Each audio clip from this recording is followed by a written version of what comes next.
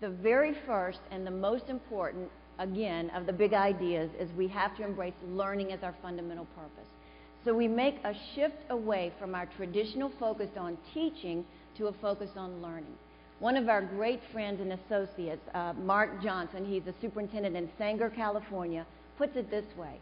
He says, teaching without learning isn't teaching at all, it's just presenting.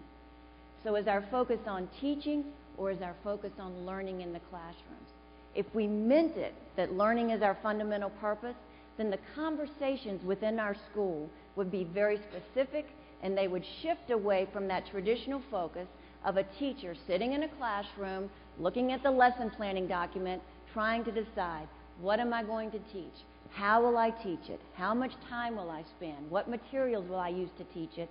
That conversation shifts away from the individual teacher grappling with it to a team of teachers who teach the same course, the same content, who share students across a grade level.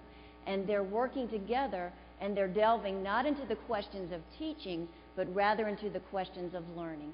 Questions like, what is it we want our students to know and be able to do? In this English class, in this Art 1 class, in this music class, in this third grade math class, what do we want our students to know and be able to do? What are the very specific skills and concepts and dispositions that every student must acquire in order to be successful not only this year, but when we send them up to the next level? What do we want them to learn? And how will we know if they've learned it? How will we work together to frequently monitor each and every student's attainment of those essential skills? And what if I've taught it the best way I know how and some kids still didn't learn it? What are we going to do collectively and collaboratively to give those students more time and more support? What interventions will we have in place to give the kids who need it extra time and support? And what about the kids that already know it?